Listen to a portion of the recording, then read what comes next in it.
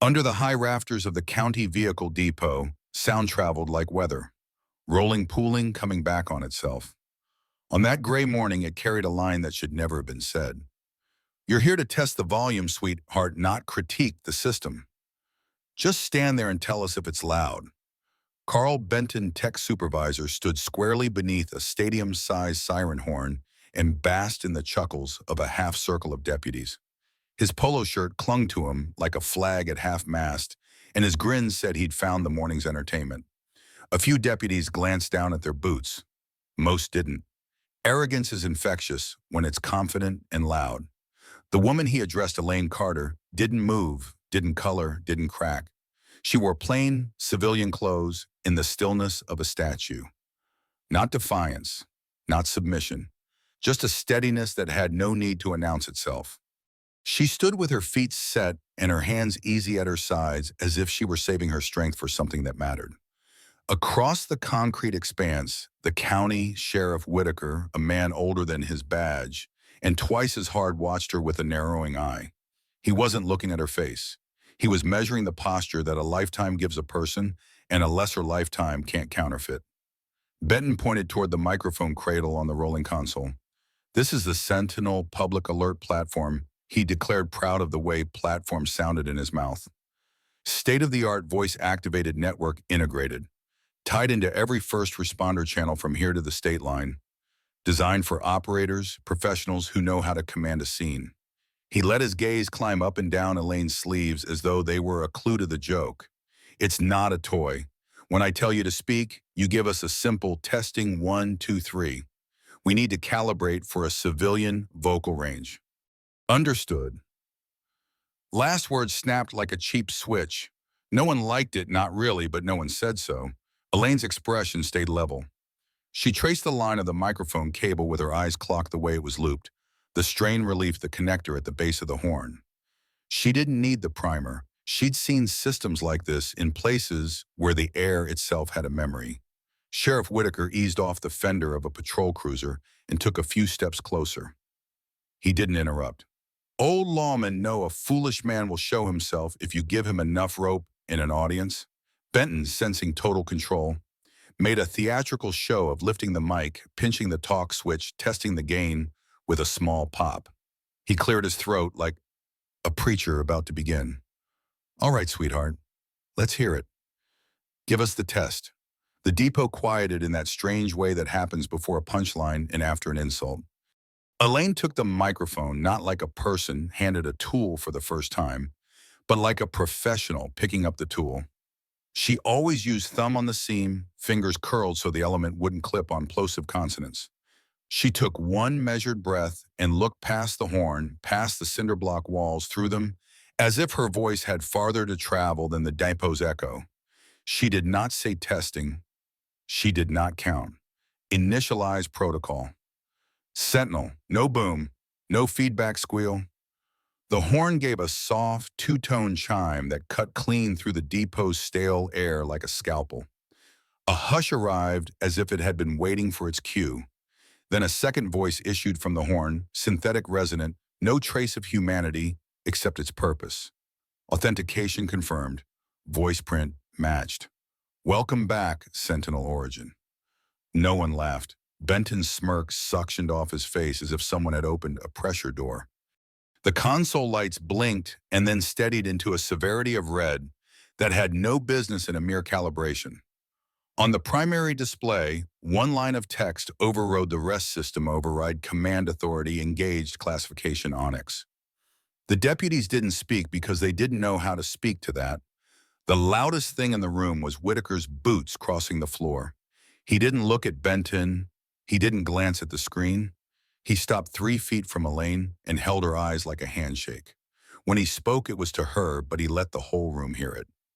Sentinel Origin, he said quietly. My God, I haven't heard that designation since my boy was with the 75th. They called it a ghost. A few deputies shifted as if they'd been caught in church not paying attention. The sheriff turned just enough that his words would carry. You thought you were having her test a speaker, he said to the room, still not rewarding Benton with direct eye contact. You weren't. The system was testing for her. That wasn't a test phrase. It was a key, the master key, built into the core architecture by the original designer. He faced Elaine again, all the old iron of his bearing reshaped into something like reverence. That voice print doesn't just activate the system, he said. It is the system. Sentinel Origin isn't a call sign, it's the designation for the Tier 1 operator who designed the voice command backbone for joint ops and the one who first deployed it under fire. He didn't ask her to confirm it because some truths don't need witnesses. Instead, Sheriff Whitaker did something he'd done in full dress for a president and maybe twice for a governor.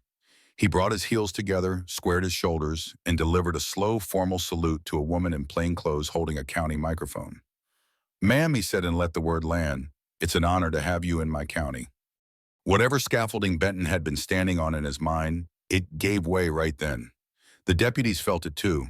Not schadenfreude, not triumph, but the jolt that comes when a thing you were sure about turns into a thing you should have been sure about all along. They weren't looking at a consultant anymore. They were standing in front of the architect. Benton tried for a laugh and found he didn't have one. His hand hovered uselessly above the console like he could turn off the last 15 seconds. "Reaper," he sputtered, plucking the wrong legend from some internet memory, and then he saw the letters on the screen and corrected himself in a whisper. "Sentinel Origin." He swallowed. "Classification. Onyx. That's above our pay grade." Whitaker finished not unkindly because humiliation is punishment enough when it's this public. "And above yours, Mr. Benton." Elaine set the microphone in its cradle and stepped back, not retreating, just making space for oxygen to return. There was no triumph on her face, no taught lessons stamped across her mouth. If anything, she looked relieved the system still did what it had been designed to do when asked in the right language by one of the few people meant to ask it. A deputy near the back whispered, "Holy," and clamped his teeth shut. The word died in the air like a moth in a flame. "Let's breathe," Whitaker said, his voice back to its usual gravel. "And let's learn." He walked to the console and tapped the screen once to bring up the log that only 12 people in the country were supposed to know existed. Authentication traces challenge response hashes, a timestamp match to an originating voice print that had been seeded into the network a lifetime ago and refreshed in the dark for missions nobody here would ever read about. He didn't narrate it line by line. He simply let the data glow where everyone could see it. "It's not magic," he said. "It's memory, and it's math, and it's scar baked into silicon by people who understand what happens when the radio dies and the world goes sideways." He looked at Benton finally, not to finish breaking him, but to hand him something worth picking up. "Mr. Benton," he said, "this is where you stop talking and start listening." Benton nodded, barely like a man nodding to a sentence he doesn't deserve and intends to serve anyway. The deputies' faces were all the same now, attention without defensiveness, a lane wide open for information to travel. Whitaker turned back to Elaine. "Ma'am," he said, less ceremony now, more practical. "Our people need to understand what this means on the ground. We don't need secrets. We need principles. What do you want them to carry out of this room?" Elaine considered him for a full breath. The depot hummed vents, distant compressors, the animal noise of a building alive. She could have given them jargon and watched it blow past them like dry grass. She could have given them biography and watched them turn it into a campfire story. Instead, she handed them a sentence simple enough to write on a card and hard enough to live by. "Listen for the signal," she said, "not the noise." Whitaker nodded once like a man who knew exactly what he'd been handed. He turned to the deputies. "You heard the lady." The shock wore off the room in layers like thaw. People began to move to work to reset the console and document what had happened. Benton took a step nearer, and then another, as if getting closer to the system would get him closer to understanding it. He didn't reach for the mic. Nobody did. The thing had become in 2 minutes a relic. They ran the test again in a plain way with plain words. Everything behaved. The Sentinel network logged its standard green check marks and settled to idle waiting for a world that might need it before sunset or never again. The deputies filtered out to calls and training and the 1,000 quiet tasks that keep a county from catching fire. By nightfall, the story had traveled farther than a patrol car can drive in a shift. Not gossip, a lesson. The next morning, it had a title in the code a radio operator uses when he wants everyone to picture the same thing the day Benton met the architect. It didn't change the county overnight. It changed the room where decisions get made about who talks and who listens. It changed the way a rookie deputy adjusted the angle of his questions when an older woman answered slower than he liked. It changed the grip a dispatcher used on her own headset, like the weight of the moment might teach the weight of the tool. Benton thought he might outrun it by working. He cataloged the racks. He traced every wire in the closet himself, checked every firmware version, read every page of every manual, including the ones that never make it to public release. He stayed late as if penance burns faster in fluorescent light. He stopped calling anyone sweetheart. A week later, he went looking for Elaine before she disappeared back into the part of the world you can't track on a map. He found her at the edge of the depot with her hands in a cable case, doing what she'd done since she arrived, making sure the thing that matters works. "Ma'am," he said, and then stalled because the word sorry is small and the bridge it must cross is wide. There's no excuse for the way I talked to you. I was unprofessional. I was wrong." Elaine straightened and met his eyes. No rescues, no scold. She had the expression of a person who knows adults must carry the knowledge of who they've been and who they're trying to be, and that no one can carry it for them.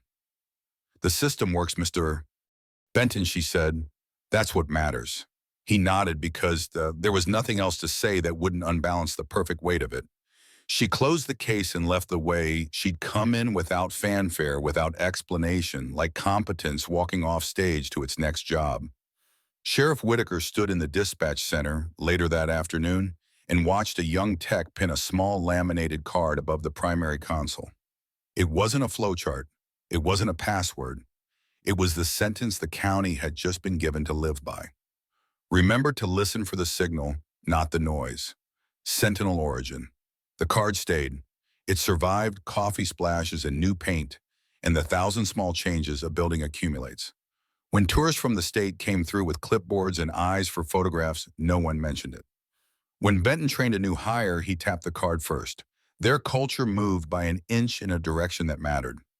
The story did what stories do when they're true and sharpened to a point.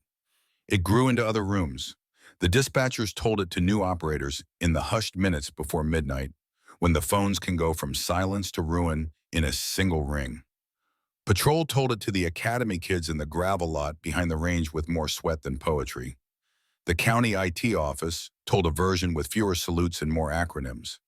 In each retelling, the core didn't change. A quiet person walked in, did the work without boasting, and left a standard behind. People asked the sheriff if he'd known who Elaine Carter was the moment he saw her. "No," he said. "I knew what she was." "What's that?" "The kind of person you salute before you know where she served." Benton changed in ways that didn't make a show of themselves. He was still exacting with the text, still the first to point out a mislabeled cable or a lazy patch panel. But the edge came off. He didn't perform. He coached. When someone asked for the story, he told it clean and short, with himself as the fool and not the victim. "I thought I was in charge of a horn," he'd say. "Turns out I was standing in front of a keyhole." He kept a copy of the Sentinel manual at his station and never referenced it in arguments, only in repairs. When a deputy cracked a joke about volume testing, Benton smiled and handed him the same lesson he'd been given any time he saw a chance to pass it on. "Listen for the signal," he'd say, and point toward the card. Months passed. The department didn't turn into a monastery. It turned into a place where a rookie's idea could live long enough for a sergeant to hear it, where a dispatcher's quiet warning could carry the same weight as a shouted order if the warning were the right evidence, where a person with no badge could be the one right voice in a room full of rank. They named the microphone without a formal vote, the origin mic. People handled it with the same care they gave a folded flag. Not superstition, respect for an object that had once been ordinary until a moment made it more. If someone dropped it, the room stopped. If someone cleaned it, they warned the others first, like they were about to touch a page in a family Bible. New deputies asked who Elaine Carter had been. The old hands corrected the grammar. "Who she is," they'd say. "She's the reason you speak clearly into the radio, and the reason you never assume you're the smartest voice on the channel." Sheriff Whitaker kept his changes small and relentless. He made sure the roll call briefings ended with questions. He made sure every hot call to brief included a line item. What signal did we ignore because the noise was loud? He told his lieutenants to lead like radios, transmit less, receive more. He said it until they said it without him. On the 1-year mark, the county didn't hold a ceremony. They changed the batteries in the handhelds. They replaced the shock mounts under the siren horn. Benton printed a fresh copy of the laminated card and retired the old one to a drawer like a flag that had done its time in the weather. He didn't throw it away. Some paper you don't. Whitaker found himself at the center console late one night with the dispatchers watching a summer thunderstorm roll across the map in green and yellow smears. He thought of his boy, years gone from the regiment, kids of his own now, and of the way time works on both people and departments. He thought of Elaine stepping into a room and teaching it the difference between authority and competence in less than a minute. Funny thing, he said to no one in particular, the loudest voice I've heard this year didn't need to raise itself at all.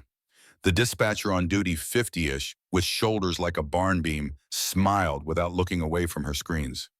Good voices, don't she said. The call came in for a multi-car pileup on the 2-lane by the river, and conversation stopped. People moved, and for a while everything that mattered was hot mics and road grit and blood. When the dust settled, the debrief circled back to the card above the console. What signal did we hear? Whitaker asked. The quiet one, the dispatcher said. The kid in the back seat whispering. We nearly missed him under the sirens and yelling. She tapped the card. We didn't miss him. Elaine's name wasn't on any plaque. She would have hated it there. Her legacy lived in a county that learned to hear the whisper inside the shout and act on it. In a supervisor who taught without swagger because he knew what swagger had almost cost him. In a sheriff whose salute meant more in a garage than it ever had on a dais. The story never calcified into myth. It stayed flexible like a muscle that keeps being used. A new hire would hear it and ask if it really happened like that, and someone who'd been there would nod and add a small detail. The sound of the chime, the way the room felt taller for a second, the look on Benton's face when the words Sentinel Origin came through the horn. Sometimes Whitaker would be asked, you think she'll come back? Folks like that, he'd say, are always back. You just don't recognize them until you need to. And that was the point.